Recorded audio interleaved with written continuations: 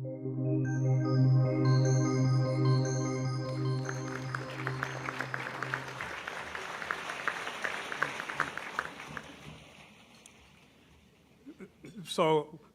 for more than a century, historians of science have been spinning a philosophical roulette wheel, pondering which is more important in the creative process, imagination or knowledge. And the opening salvo in the debate goes back to the Dutch chemist Jacobius van der Hoef, who was awarded the first Nobel Prize in chemistry in 1901. Van der Hoef is credited with two original achievements. The first was his proposal that atoms in a molecule are arranged in a three-dimensional space, which led to the discovery of the asymmetrical carbon atom and to a new field of physical chemistry. Van der Hoef's second insight was that the speed of a chemical reaction is related to temperature and the concentration of components. Thus, two fundamental concepts, molecular shape and reaction kinetics, originated with this one individual.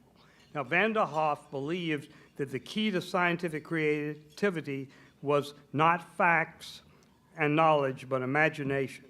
Imagination, in his view, is the essential building block of scientific inquiry. In 1878, Van der Hoef assembled his ideas into an essay entitled Imagination in Science, in which he pointed out that many of the world's most original scientists like Newton, Galileo, Davy, and Boyle possessed lifelong strange imagings and superstitions which influenced their approach to science. Most creative scientists, according to Van der Hoef, were a bit crazy.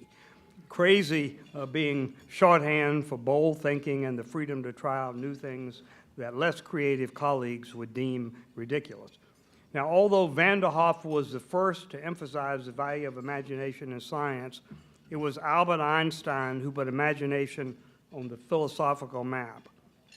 In 1929 interview in the Saturday Evening Post, a journalist asked Einstein, "How do you account for your discoveries?"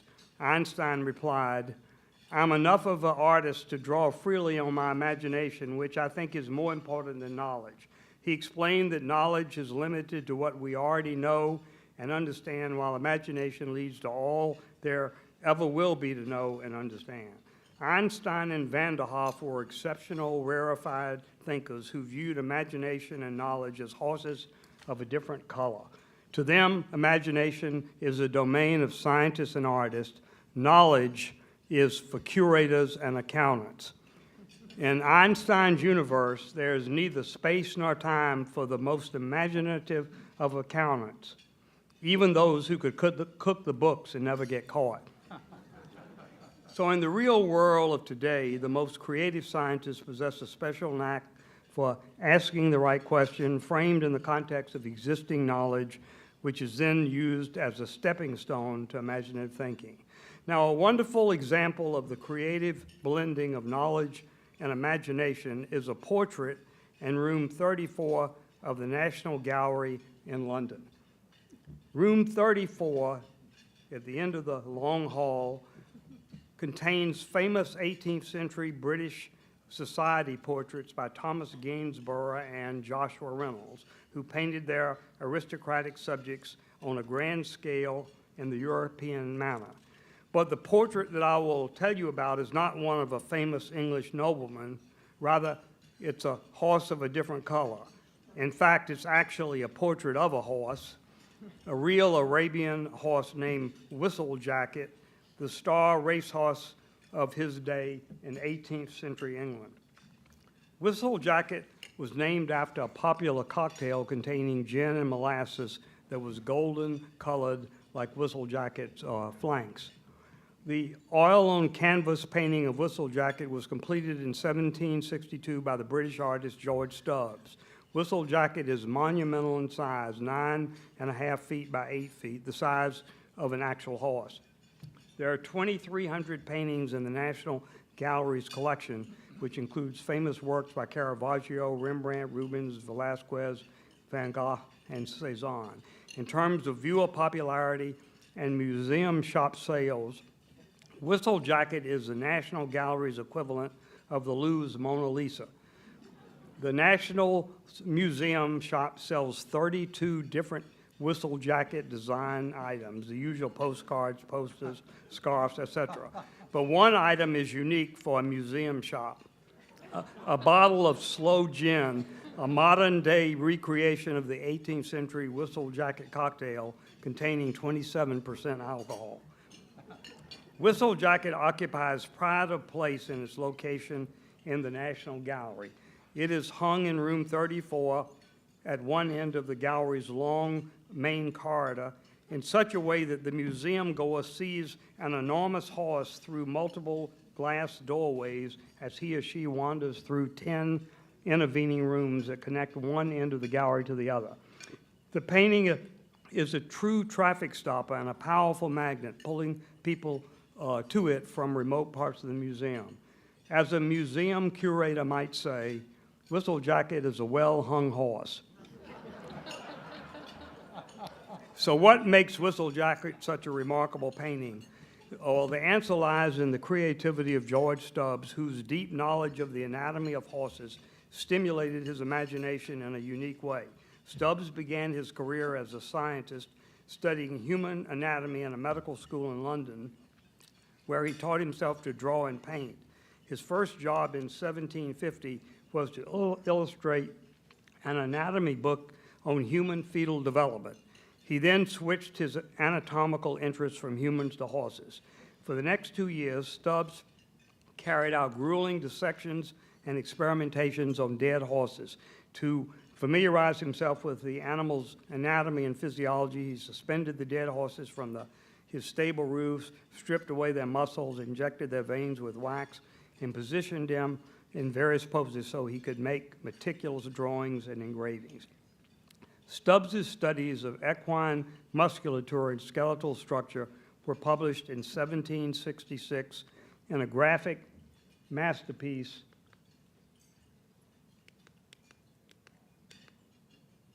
The Anatomy of the Horse. The horse is presented in 36 large plates and 18 tables with depictions of the skeleton alone, all the muscle layers, the ligaments, nerves, veins, glands, and cartilages. Stubbs's equine drawings are memorable for their lifelike quality and exceptional anatomical precision, on a par with Leonardo da Vinci's anatomical drawings of the human body. Stubbs's portrait of Whistle Jacket is a milestone in art history, making a radical break with convention and representing a prime example of the blending of knowledge with imagination. This was the first time that an animal was painted on a scale reserved for a king. Unlike previous paintings involving horses, Whistle Jacket is depicted alone with no people, no landscape, no battlefields, no saddles, no bridles, no whips, just one horse that is free to gallop in empty space with no noisy distractions. The only areas in the canvas where space is suggested are the two small shadows cast by the rear hooves. Stubbs's innovative use of empty space as a background focuses our attention on the subject's individuality, his flying mane, his shiny golden flanks, his torn muscles, and his terrified eye looking at us. Why is Whistle Jacket so terrified? When the portrait was nearly finished, an extraordinary event occurred. After Stubbs had removed the canvas from the easel and placed it against the stable wall, the portrait was glimpsed by the real Whistle Jacket. The real Whistle Jacket so believed that he was confronting a raging stallion that he began to stare and look wildly at the picture, endeavoring to get at it, to fight and kick it. That's an actual quote from Stubbs's autobiography. This must surely have been the moment when Stubbs realized that he had created a masterpiece of realism, one that was recognized by the living subject. Although George Stubbs painted Whistle Jacket 250 years ago, he and his work are a reminder of a famous line by William Faulkner: "The past is never dead, it is not even past." The most recent reminder of Stubbs's past is a contemporary sculpture of a strutting horse that was recently installed on top of the fourth plank in London's Trafalgar Square. situated in front of the National Gallery where Whistle Jacket hangs. The new equine sculpture was created by Hans Hock, a 78-year-old German-born artist who has lived in the U.S. for the last 50 years.